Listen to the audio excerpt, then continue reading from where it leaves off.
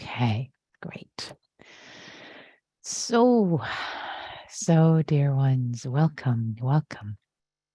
So for tonight's practice, I'd like to invite us to engage with self-compassion, both the soft, gentle, nurturing type of style of self-compassion, as well as what actually feels like fierce self-compassion. There's a sense of strength, uprightness, and it's very loving, and it's also powerful at the same time. So for us to engage in both of those ways. So especially, I think, especially as we are in the holidays in the U.S., it can be both a joyous time for many, and it can be a stressful time for many. Um, in fact, a very stressful time for many for a variety of reasons, and of course, not assume that everybody else's experience is like us. So if we're getting together with family and it's great to for us perhaps to acknowledge and perhaps um, consider that for some people, maybe if they've experienced loss, this might be a difficult time, especially a stressful time. So and and of course, the two can coexist together. Joy and sorrow can exist together. So one does not negate the other. We can hold joy and delight and happiness and gratitude. Um, and we can also, our heart can also hold challenge, difficulty, perhaps sadness, melancholy at the same time. It's our heart is so expansive that that they can both be present, and it's okay. In fact, a state of equanimity, equipoise, allow us to be with everything that arises um, as a part of this human condition. So, so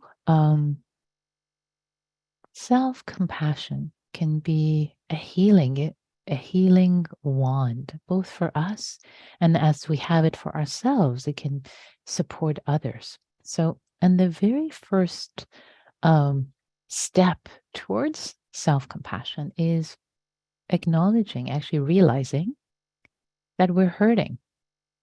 That seems kind of simple and straightforward, but actually, that first step of realizing and knowing that we're hurting we often miss. We often kick ourselves in the shins. Okay, get going. Why are you being XYZ, calling ourselves names and not realizing that actually, oh, maybe, oh, this being who is me is having a hard time right now. Oh, I'm having a hard time. This is difficult.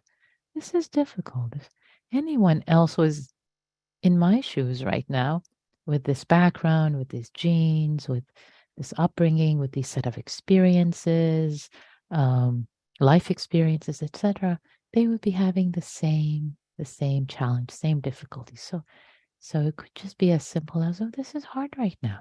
This is hard right now. And that recognition, that simple recognition, can help transform us from kicking ourselves and adding more insult to injury versus cutting ourselves a little bit of slack, bringing more kindness, bringing more compassion, finding our balance through gentleness and kindness, and then maybe some fierceness, some ability, some uh, compassionate power and accountability for ourselves that we couldn't have before because it hurts too much can then show up, but then together with kindness, compassionate accountability can come in as a sense of fierce compassion. So I'll try to invite us to play with these concepts. If it just seems like too heady right now, what is she talking about? Don't worry about it. I'm just introducing some ideas and I'll guide us. I'll guide us in the guided meditation for us to explore. And for each person, the exploration might be might lead you in different places, and that's perfectly okay. Trust. Trust your own wisdom. Trust what is appropriate for you right now. Okay? So with that, let's transition into our sitting practice. So, inviting you to arrive in your body. As always, we're going to start with settling in the body, arriving, settling with the breath, with the sensations of the body.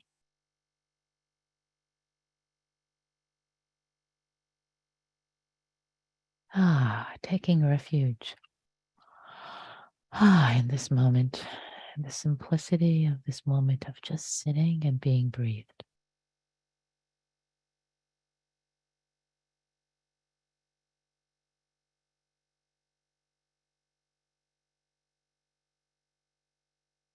Letting go of the busyness that might have come before.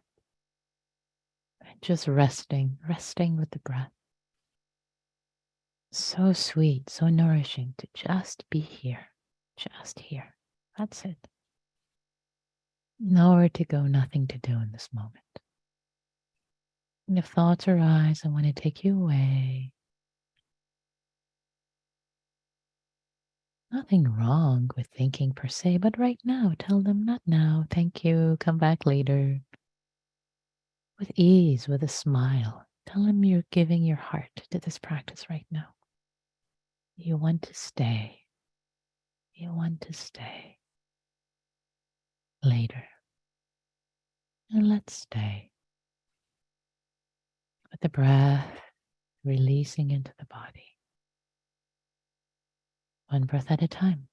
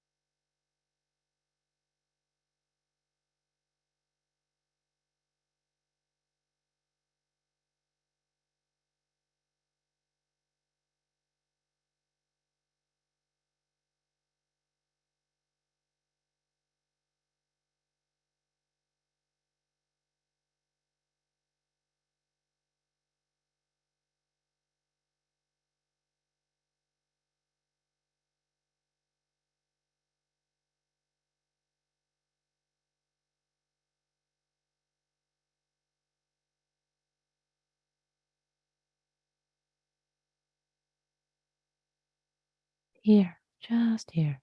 Letting go of thought balloons. Feeling lighter as you let go. Feeling lighter as you let go. Both feeling lighter, your heart lighter, and feeling more grounded. More grounded, heavy, connected to the earth, to this body. Holding dichotomies.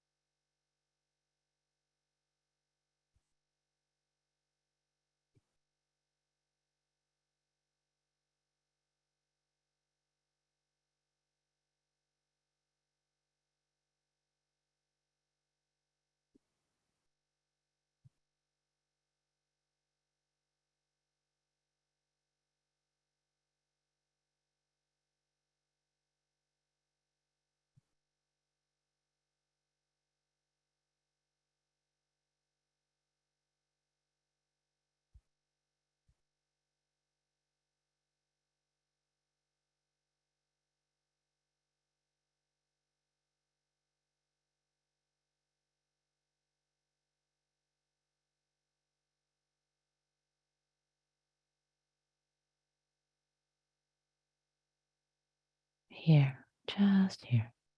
Settling, arriving.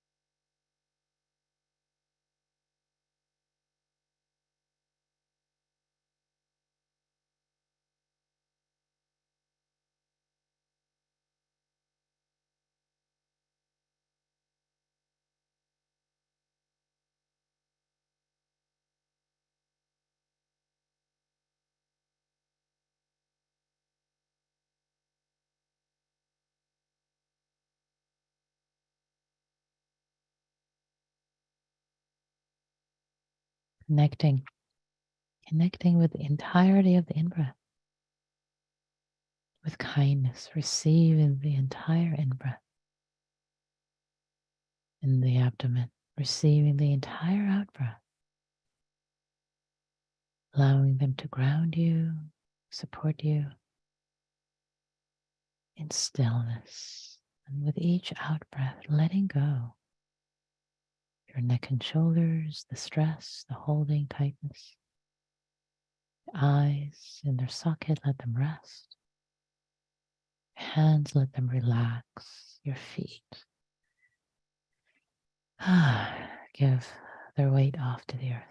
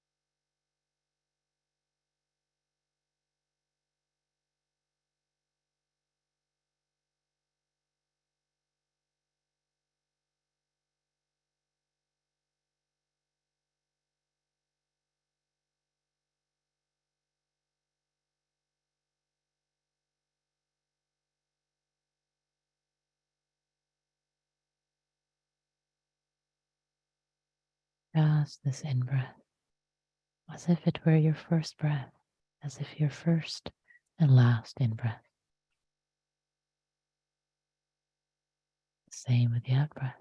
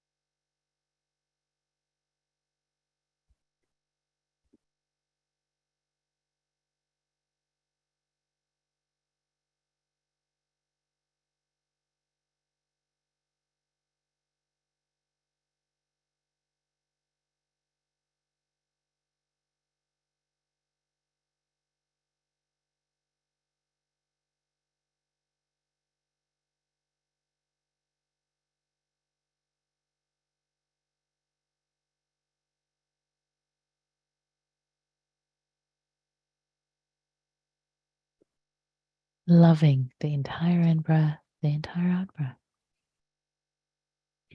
as a gift.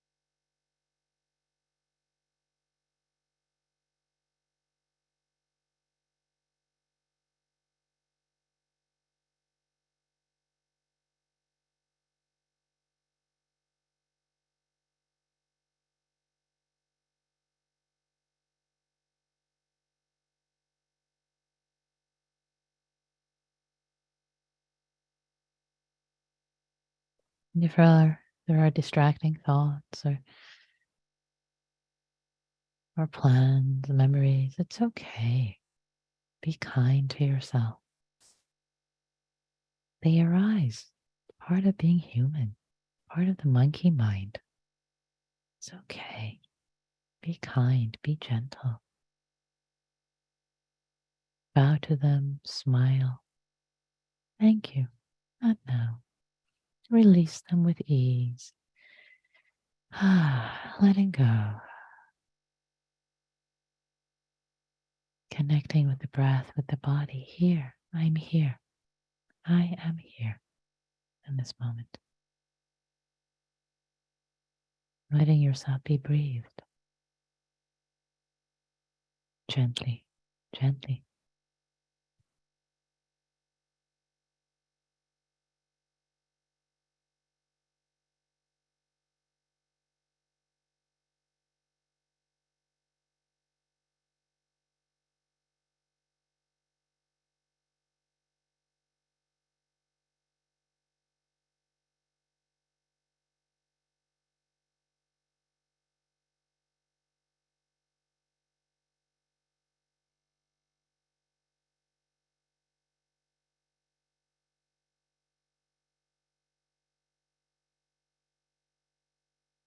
Continuing to be breathed. Connecting with the breath, in breath, out breath.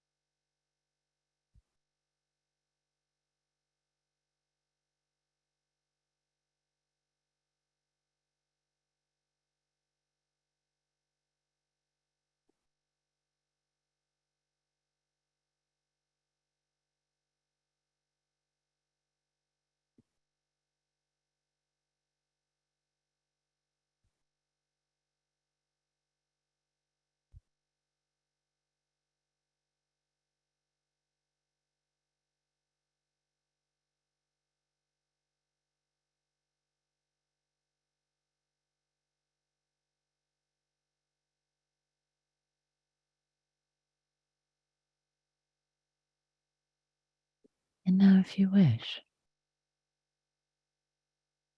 as you continue to feel embodied, feeling the breath in the body, sensations of the breath, sensations of your sit bones, the cushion on the chair, your hands on your lap, your feet on the earth.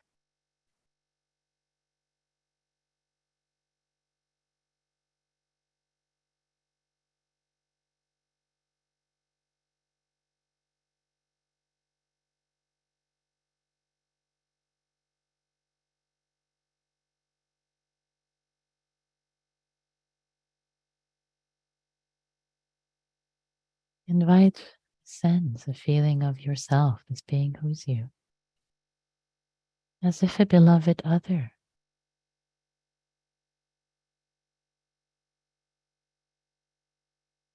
a dear friend, someone you care about dearly.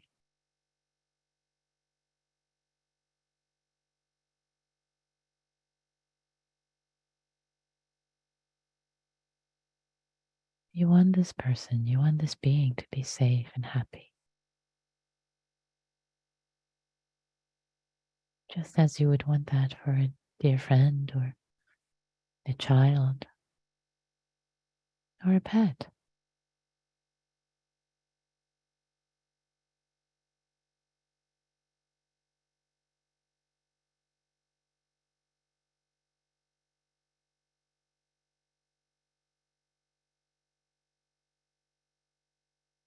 If it might be helpful, you can even take the perspective of a fully compassionate being, say the Buddha or Kuan Yin as the ultimate example, paragon of compassion, just accepting you completely,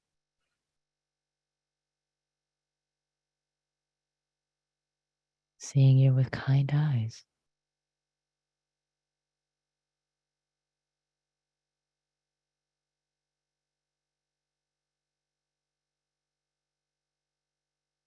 Holding you with care, that you're fully deserving of love, compassion, goodness, just as you are, just as you are.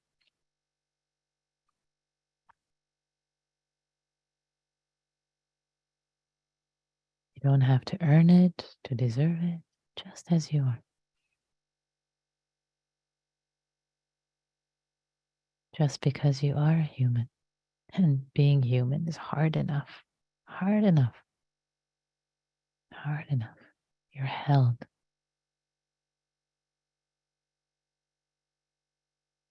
By the Buddha, by Kuan Yin, or any other compassionate being.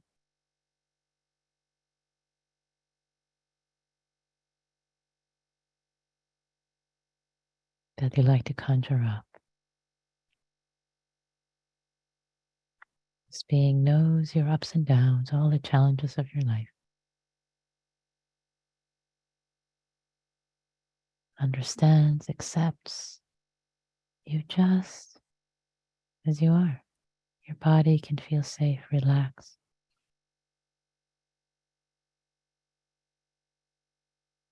Feel seen and held.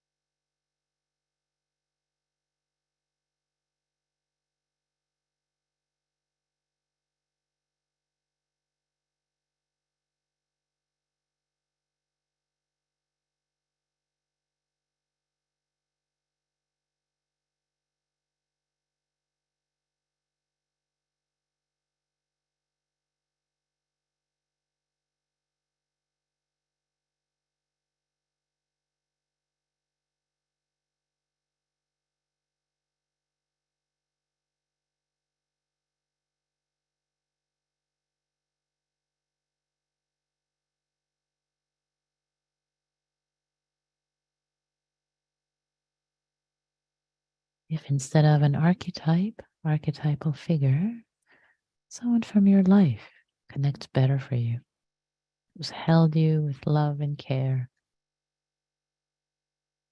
feel free to conjure them up and their sense of acceptance. See what works for you.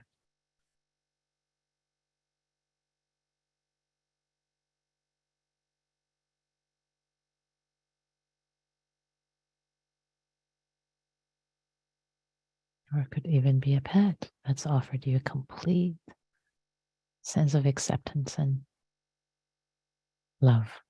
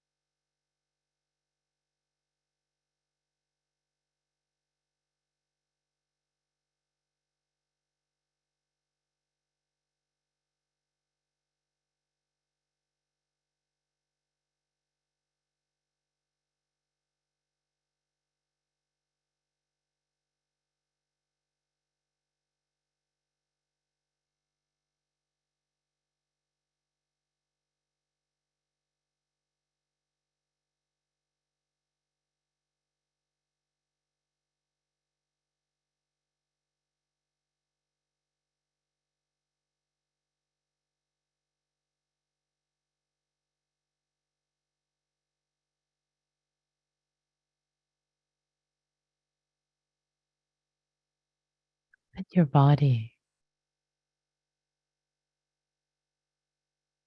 feel at ease, receiving this sense of acceptance.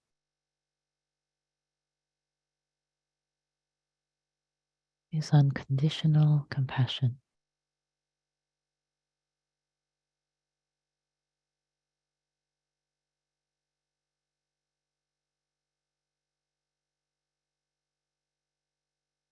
Let your heart put its weight down.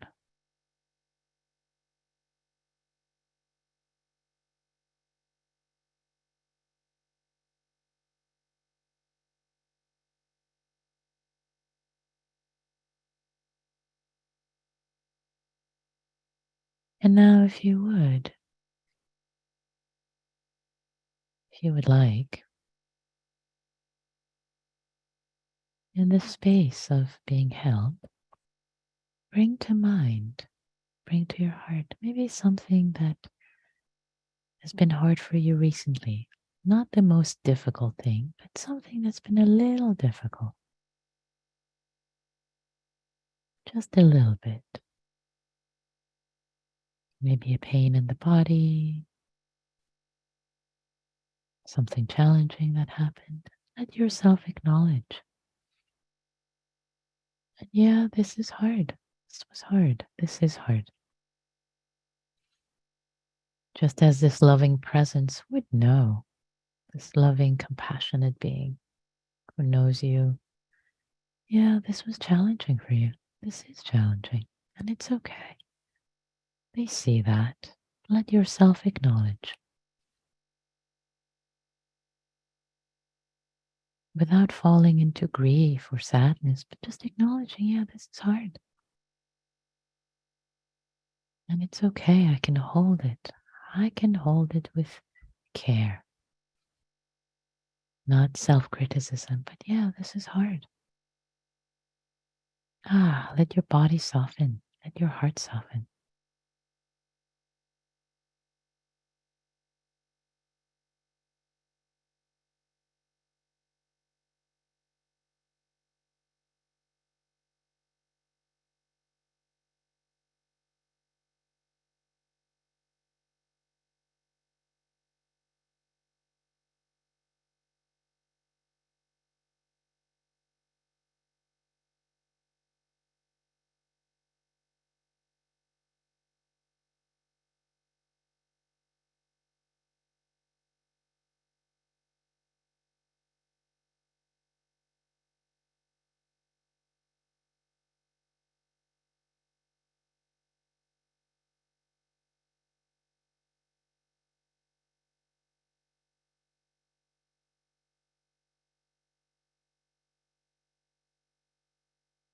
Let this acknowledgement of the challenge be held with kindness. Anyone in my situation would have felt the same, would have felt challenged. May I have ease. I wish myself ease and freedom from this challenge. May I hold myself with kindness and acceptance. May I offer myself safety and generosity of spirit.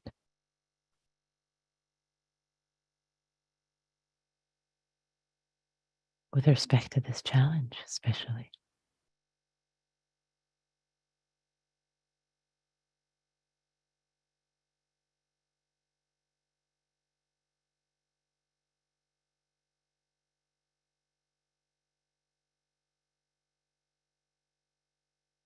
And just as this compassionate being holds you with care, compassion, holding yourself with care, compassion.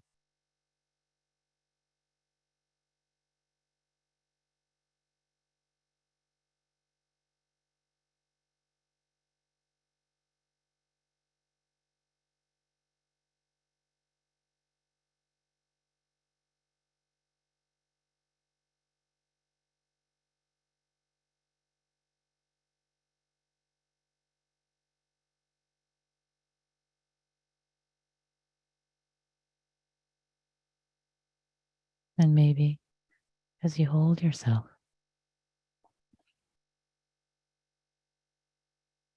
with the recognition of the difficulty and with compassion, a brightness awakens, the brightness, the power of compassion.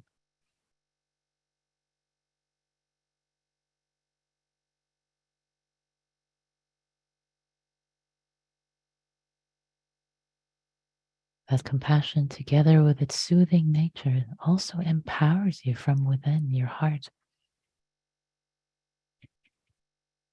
is both soothed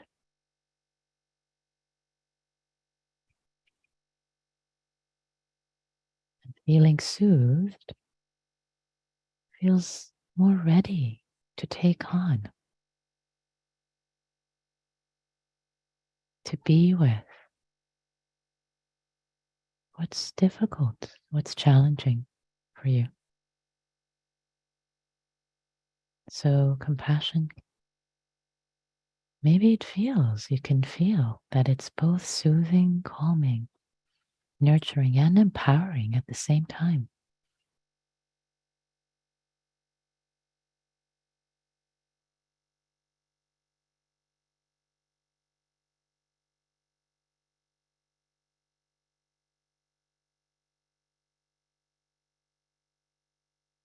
And if the empowering aspect of it isn't clear, lean into the soothing, calming, nourishing, healing. And when enough healing has happened, the heart will feel more whole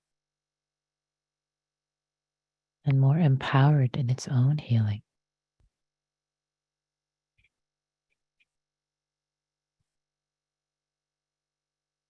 See and explore for yourself.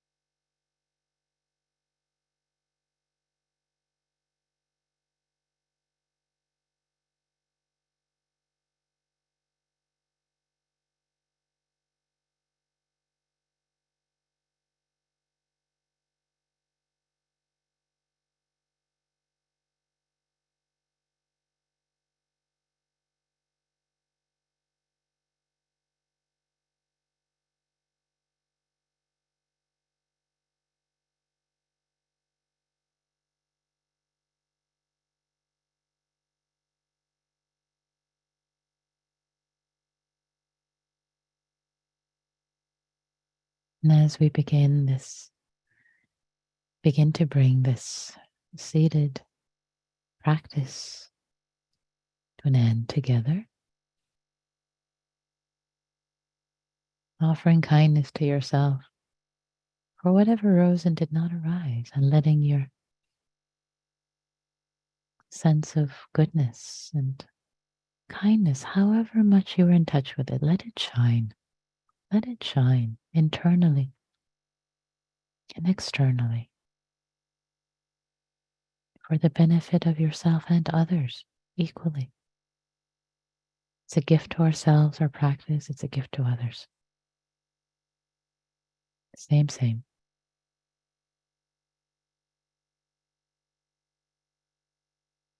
And may our practice be a support for our awakening and the awakening of all beings everywhere. May all beings be free. May all beings be happy.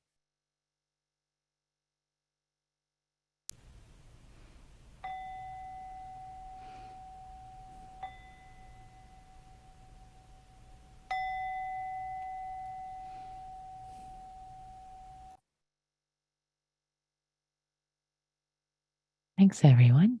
Thanks for your practice. Ah, well, I certainly feel happier and happier and calmer. And yeah, practice is sweet. It's so sweet.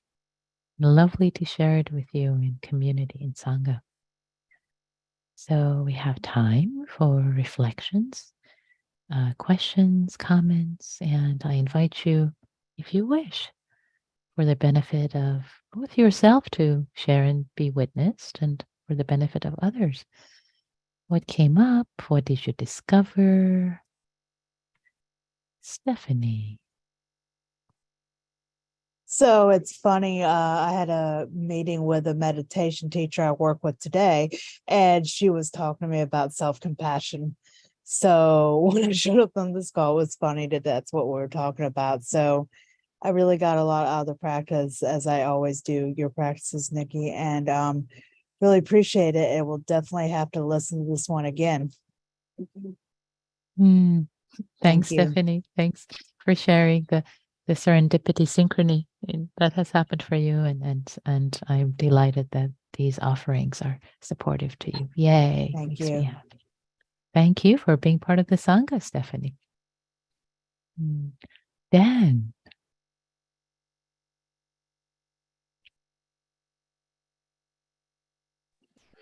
Hi, thanks, Nikki. I I don't quite know my difficulty. Maybe you might have some comments or insight. I have no trouble whatsoever being compassionate to the first seven, fifth, seventh, eighth level of compassion for you, but I can never make it past two for myself. It seems self-centered. It seems selfish. Give me some perspective here, please. Thank you, Dan. This is such an important question. And it's important to bring this up as you well articulated it. And first to say, it is very common. It is so common for many people to have this sense that it's easier to give compassion for others, and for ourselves, it's a little more challenging. It feels, and you named a couple of things that come up.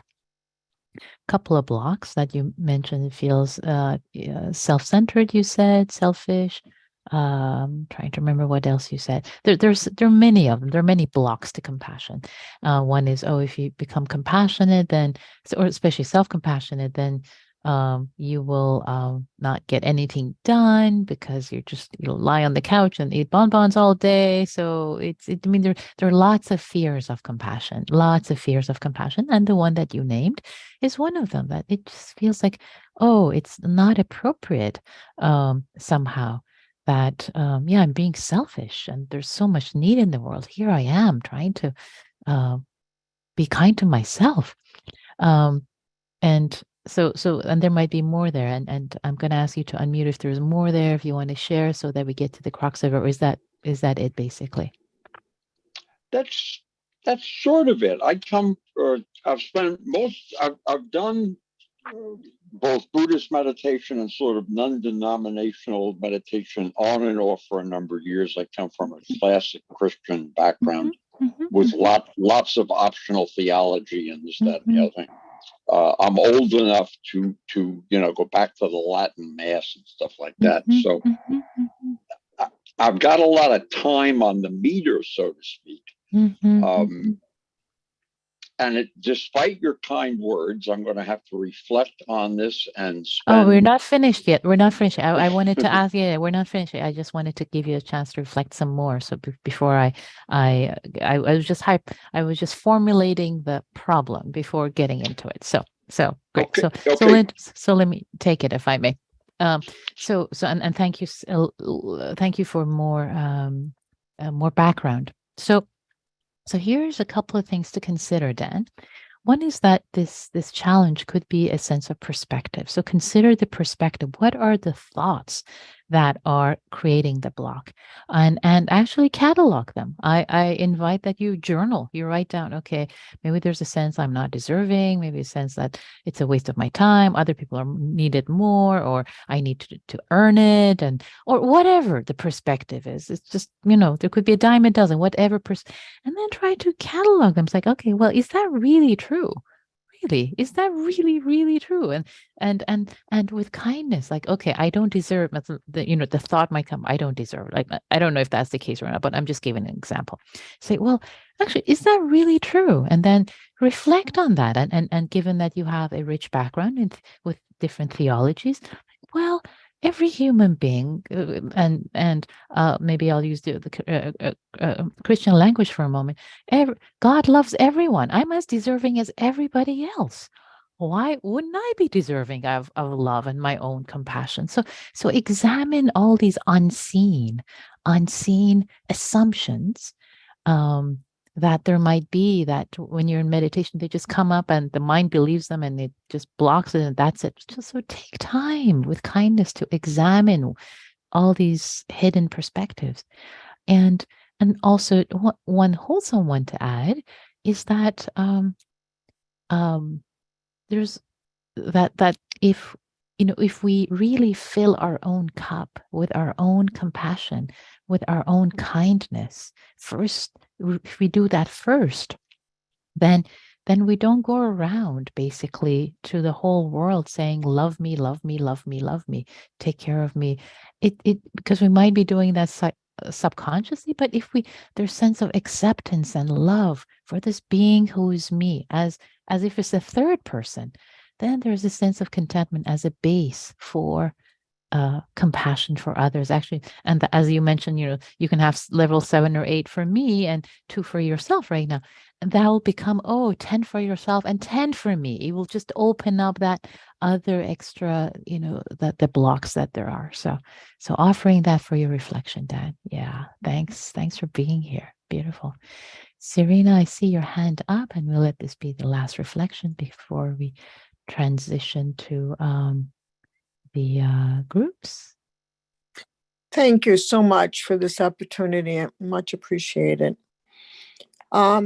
Yes, so I have a really difficult time. Well, one of the things that happened to me during meditation was that I was at a meeting before I came on, and I stood up very strongly to someone of a certain point of view. And I could really feel, on one hand, I was feeling a lot of strength within myself, which I haven't been feeling at all. As a matter of fact, I've been quite depressed for a few months. And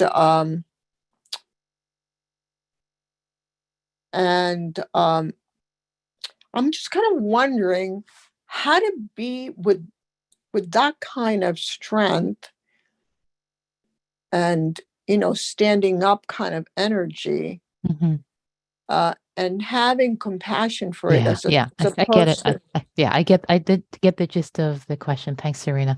And for given that the time is short, I like to respond in this way. So how to balance that? So actually, fierce compassion is loving. So you can, as you said, stand up to someone, but not from hatred and not from, well, I'm going to show you, but if actually loving them and loving yourself, and out of love for the community, out of love for the cause, out of love for what it is you're doing, instead of resentment or anger. So that's how you bring these two together.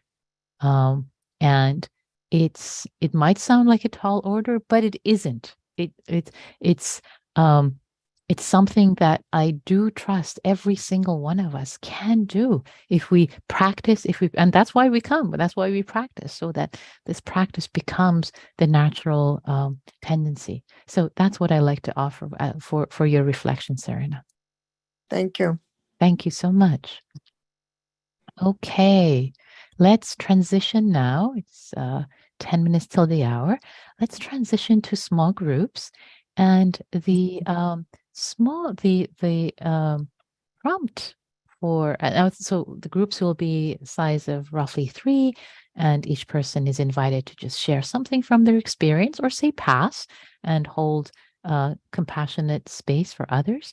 And the prompt is simply how does self-compassion when you experience self-compassion, do you notice that it'll there is some gentleness, some kindness, some ease with suffering? Do you notice how self-compassion actually can hold the suffering? And can you see how it actually brings more resilience? How self-compassion can bring more resilience? So that exploration. And your answer might be, no, I haven't really thought about this connection at all. It's like, oh yeah, no, actually, I see that when I was kind to myself, oh, there was some resources or strength that I hadn't realized. So that's the exploration. Each person will say maybe 1 minute, and then the next person will say another minute, and the next person another minute, and you go round and round, and make sure everybody gets the chance to speak. So hold back from the full story. Just give it a little bit, and he'll come back to you. Be kind. Take care of yourselves. Take care of each other. Yeah. So I'm going to create the rooms now, and here we go. Okay, all the rooms are closed. Everybody is back, and we're at time. So just to honor the timeliness, I'm going to close and dedicate the merit of our practice together. I hope and trust that the small groups were nourishing, and you're welcome to share any reflections or shares in chat if you like, while I thank you all for your practice, both for your own sake and the sake of everyone whose lives yours touches. May all beings be well. May all beings be free and happy, including ourselves.